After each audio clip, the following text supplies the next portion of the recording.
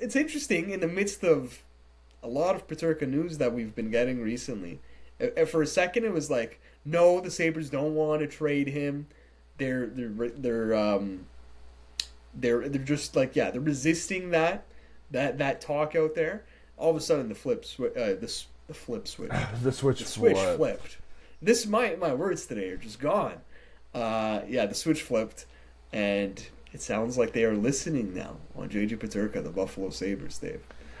I don't know if that's the guy. Very interested to see where this goes. I mean, it's so tough because they're in a position where they have just an embarrassment of riches of players under the age of like 26, and I would say a lot of them you can probably get pretty decent value for, but also why not keep them?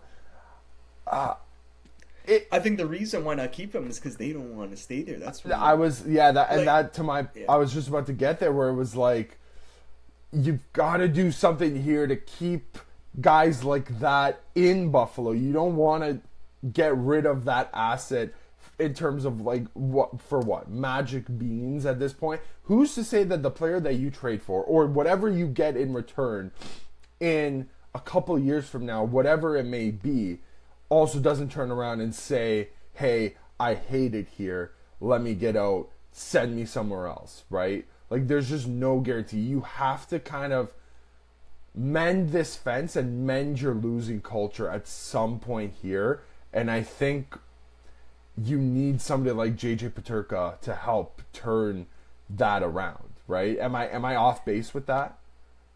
I think ideally that is what I think that's what most teams would do. I think that, you know who did that? Not that there was a losing culture really, but like Calgary was able to retain a lot of the guys that were there for the losing seasons under Daryl Sutter, and now they're back on the upswing.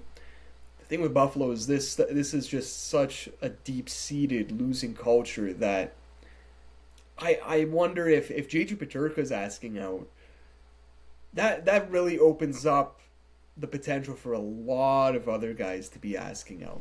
Like JJ Peterka is what? Like how old is JJ Peterka here? He's 23. You have a guy asking out at 23 years old. He's just becoming an RFA. He's going to sign a big deal. Like, to me, that opens it up for everyone older than him who's been here longer than him to be like, hey, that guy gets to leave? Yeah, me too, please. Like, we talked about him as one of the Swedish guys named. Like, to me, honestly, you're going, like, this could escalate to a Rasmus Dahlin trade. Like, we've had that up and down before. Never got to anywhere concrete, really. But well, he's the guy after Jack Eichel who was supposed to, like, be the next one. Yeah. And listen, like, it's nothing on him. It is nothing on him. It's just, like, you would not blame him if he said, I'm also fed up. That's all. I think it really opens it up. I think Tuck is maybe a guy who might want to stay just because he's a local guy. But well, when they got him, Byram wants out. When they got Alex Tuck in that deal for Jack Eichel, a lot of people on the outside looking in were like, I don't know if Alex Tuck is going to be the guy to replace the production of Jack Eichel. But then you see him come in, and he is a Buffalo native, and you just see kind of like what it means to him to put on that jersey, and you're like, oh, they picked their guy here, right? And that would have been now 3 years ago. And ever since then, it's just kind of been slowly degrading at him. So to even make your local product, and we know all about this, to kind of degrade that person, like to kind of maybe jade him a little bit over a prolonged period of time. Like, I don't know if, like, I don't think they've put his name out there. I don't know if he has even spoken too much, like, about it. Yeah. But I think it can go there though. That's what I think it can go there. But I also think, like, if you're gonna look at a name that stays there, he might, like, he's your best bet because of all the reasons you listed. Like, they got him for a reason in Vegas. We know that teams have asked on him before, and once again, Buffalo has resisted there. But, like, we have Jason Robertson in trade talk right now. Tage Thompson, you don't think he will have maybe some talk around him this year? 100%.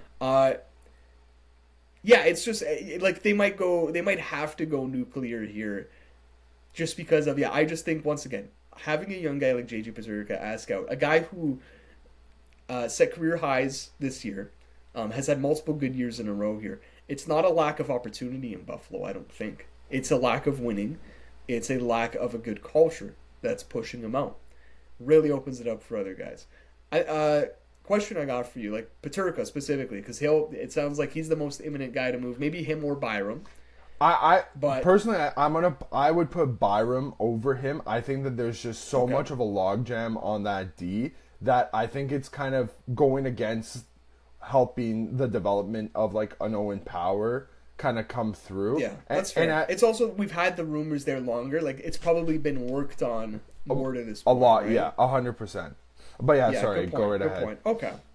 Just on the Peterka thing, there's a lineage of Buffalo forwards who don't tell me he's going to go to Florida. Point, ask for a trade and blossom. Yeah. And win Stanley Cups. Yeah. No. I'm not going to go there. But listen, Sam Reinhart, obvious guy there who, just kind of not plateaued. Like, he was one of Buffalo's better players, but the relationship degraded because of the losing culture, blossoms into what he is right now in Florida. Ryan O'Reilly, we know the story there. Gigi Peterka is a different kind of player. He is a offense-first sniper. He's a playmaker as well. He's fantastic at everything offensively, really. But he's not like the prototypical like playoff forward like Sam Reinhart or Ryan O'Reilly are. Do you think that J.J. Peterka is the next guy in that Sabres lineage to leave there and blossom into something incredible? I kind of do. I'm a big believer in J.J. Peterka. It obviously depends on where he goes, but for sure, yeah, that's a guy who I believe in.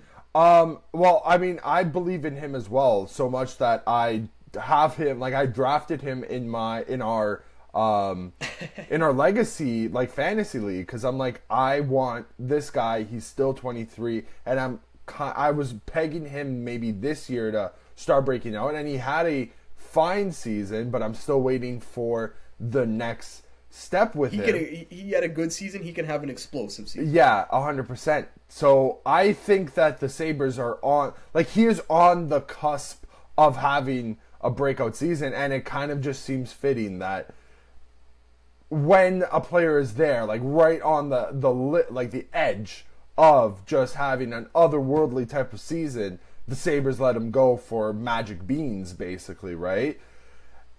It is trending in that direction, 100%, and I'm imploring whoever it is right now, like top brass, whoever it needs to be, just hold on to him for one more year. Try your damnedest to make it work, and if not, I mean, they're probably losing.